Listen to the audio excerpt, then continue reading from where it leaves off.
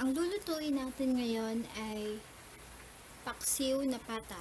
Yung ating mga ingredients ay kalahating kilo ng pata, 1/4 cup ng soy sauce, 1/4 cup ng vinegar, 50 grams ng banana blossom, 3 kutsarang brown sugar,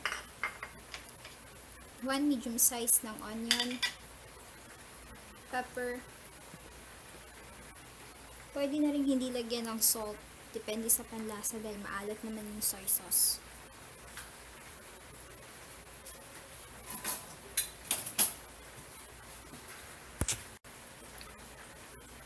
Ang una natin gagawin ay ilalagay natin yung ating pata sa ating lutuan.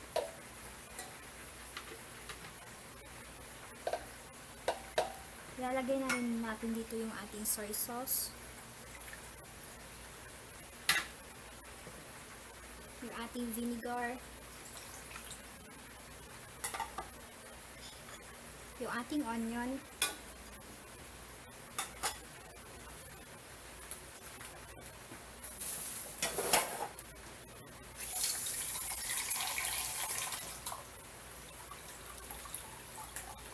lalagyan din natin ito ng 1/2 cup ng water.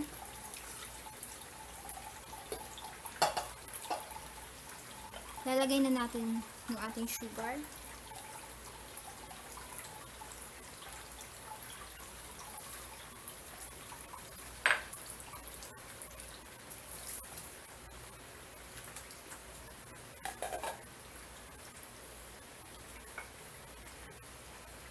Tatakpan lang natin to, pakukuluan lang natin to hanggang sa low fire dapat hanggang sa lumambot yung ating pata.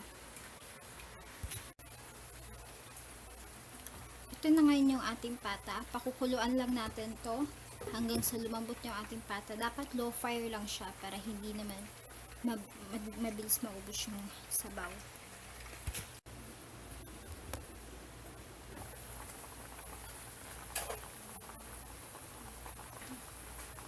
Pag malambot na yung ating pata, lalagay na natin ngayon yung ating banana blossom.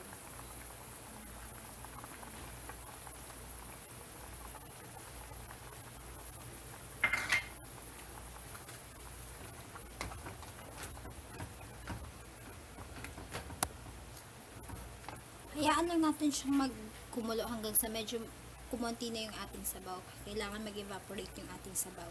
Tapos pwede na natin siyang iserve.